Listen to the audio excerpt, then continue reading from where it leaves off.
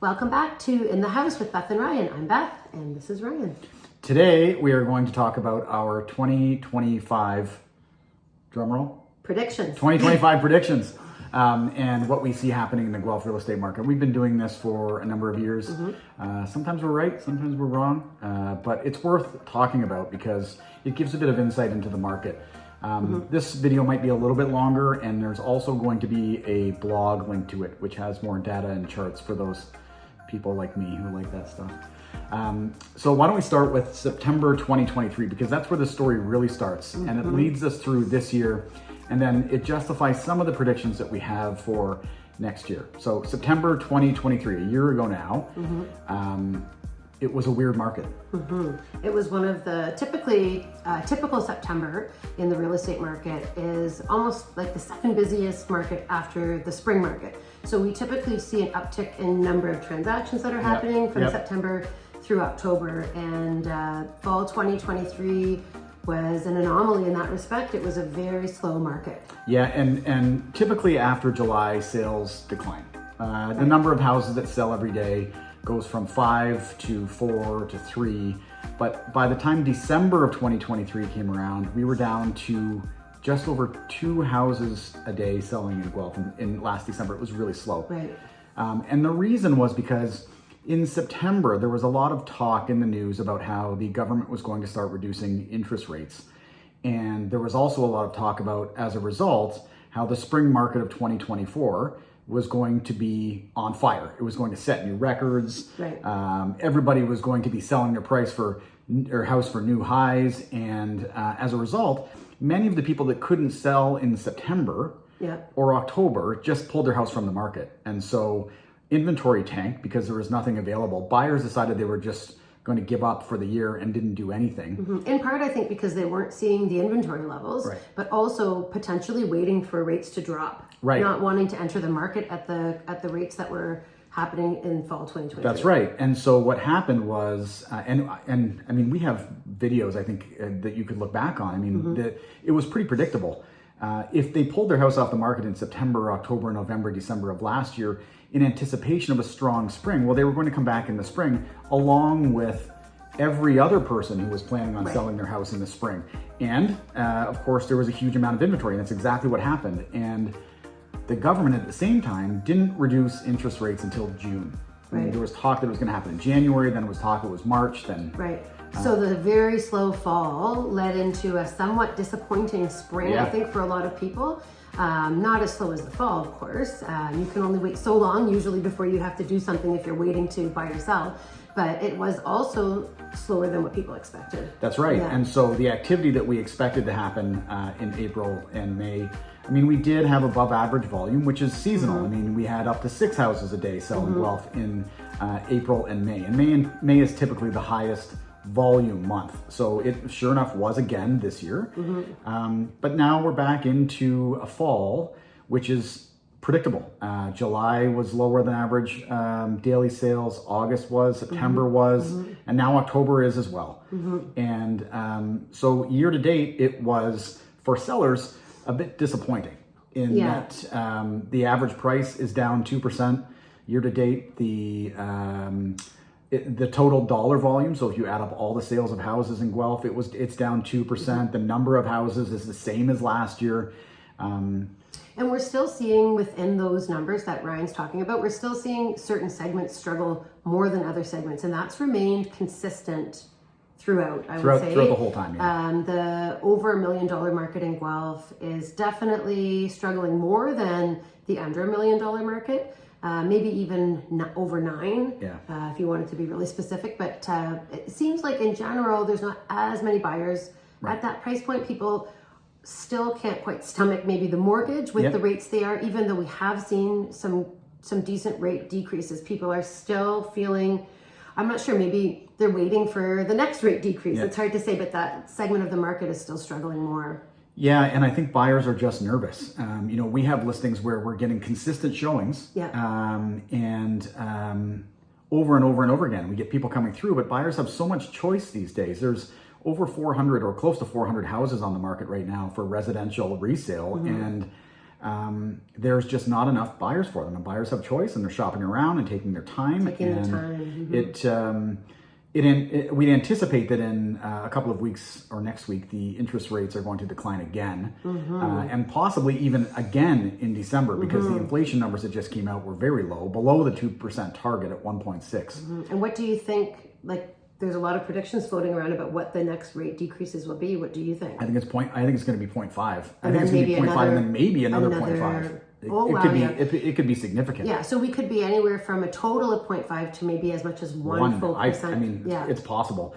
The inflation numbers were very low. And of course, rates coming down is great, but it also signals that there may be trouble in the economy. There may be trouble with employment, and there are other things to watch out for as well. So it's not necessarily going to mean that as soon as rates come down, that the market's going to take off again. It doesn't work that way, and historically it hasn't worked that way. No, and I think people too, in the last few years with everything that happened during the pandemic, I hate to always reference back to that, but I think that people have been burned and have recognized and are still recognizing the volatility of the market and the economy, and people are still a little bit more reluctant to stretch themselves at all financially in terms of what they're willing to spend on a house.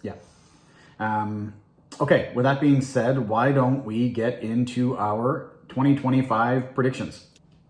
Okay, now I think we're ready to talk about our 2025 predictions. Right, so we have 3 plus a bonus to talk about here. So the first one we'll talk about is the market performance. And I don't think there's a whole lot notable here. Right. I don't think we're going to see big increases or big declines. I think what we're going to see is a range on the average price going from minus 2% on average price to plus 2% on average price. And I think we're probably going to see that the number of homes overall probably be pretty consistent with this year as well. The reason is because although interest rates are coming down, we don't anticipate that people are going to rush into the market as a result. There's still a lot of stress on the economy.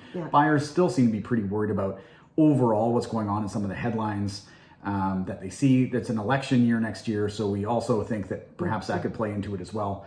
So overall, minus 2 to plus 2, or the message would be a flat market over year. We've ridden the roller coaster now over the last few years, and things are probably going to be smooth sailing, leveling out.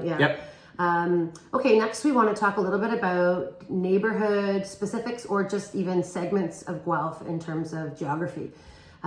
We predict that the south end of Guelph will continue to see an increase in terms of value and even number of transactions. Yeah, I mean, we saw it start this year, and in the blog that you'll see, we break it down by neighborhood, and you'll see that Courtright East, so on the east side of Gordon Street, really took off this year. And it made up for some declines in the Courtright West and Courtright Hills, but those are just year-over-year changes. But the Arboretum, a 55-plus community, took off. Clairfields and Pineridge on the southern parts of Guelph also had gains. And that's a neighborhood or a part of Guelph that's largely fueled by out-of-town buyers coming in from the GTA. So we see a lot of people who we're predicting, I guess this year especially, that we will see more people coming here who want to get a little bit more for their money. And they'll kind of be fueling that like over $1 million price point in those neighborhoods. Yeah, and what we noticed this year was that those were the ones, as Beth said, people are coming to from the GTA at the expense of East Guelph, which is down year over year, and West Guelph, which is also down year over year. Which could mean that next year those could be some good value neighborhoods. West Guelph has a lot going on, especially as they try to increase the commutability to Kitchener. Right. You might start to see some increases. There are some value there as it has been lagging behind, but it could pick up. And then downtown remains consistent year over year over year, single digit growth. There are only so many houses you can build downtown. I mean, and so downtown always remains a great place to invest. It seems to decline less when the market is declining, and to increase as the market increases. It's a stable investment. Yep. What about the $1 million segment?